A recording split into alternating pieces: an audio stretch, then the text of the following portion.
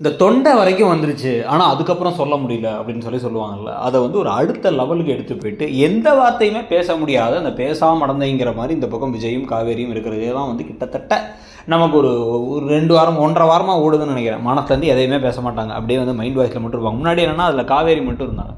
காவேரி மைண்டில் ஒரு விஷயம் நினைப்பாங்க, ஆனால் வாயத்திலேருந்து பேச மாட்டாங்க. நினச்சாங்கன்னா அவங்களுக்கு லைட்டாக வெண்ணிலா விஷயத்தில் வந்து பொறாமல் இருந்துச்சு.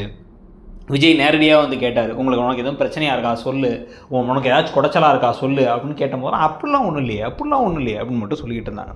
என்னடா அதுன்னு நம்ம கடுப்பில் இருந்தோம். இப்போ பார்த்தா விஜயும் கூட சேர்ந்துக்கிட்டார். ஏய் இருக்கிறேன்னு சொல்லுடி, இங்கேயே இருக்கேன்னு சொல்லுடி அப்படின்னு மட்டும் பேசிக்கிட்டு இருக்காரு.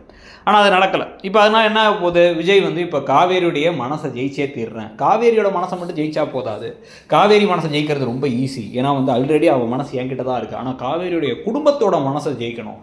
ஏன்னா எப்படி எல்லாரும் ஒன்றா இருந்தாங்களோ அதே மாதிரி அவங்க திருப்பி வரணும் அப்படின்னு ஒரு முடிவு பண்ணி இப்போ அவங்க எங்கே போய் தங்குறாங்களோ அங்கே போய் போகிறது, அவமானப்படுறது, திட்டு வாங்கிறது, முடிஞ்சால் வந்து இன்னொரு கான்ட்ராக்ட் போட்டுக்கலாம்னா உங்கள் வீட்டில் வேலை செய்கிறாங்கிற அளவுக்கு வந்து ஏதாச்சும் வந்து நம்மளே வந்து எதிர்பார்க்காத விதமாக நம்மளே வந்து நம்ம கடுப்பாகிற விதமாக ஏதாச்சும் நடக்கிறதுக்கும் வாய்ப்பு இருக்குது. ஆனால் நம்ம முன்னாடியே சொன்ன மாதிரி இன்னொரு பாசிபிளான விஷயம் என்ன அப்படின்னா வந்து காவேரி விஜய் இவங்க 2 பேரும் ஒரே இடத்துல ஒர்க் பண்ணுற மாதிரி அப்படிலாம் காமிச்சா மட்டும் தான் கதையில் நேரில் பார்த்து காதல் இல்லாமல் இருக்கிறது, முன்னாடி இருந்ததுக்கு ஆப்போசிட்டாக இருக்கிறங்கிற விஷயங்கள்லாம் நடக்கலாம்.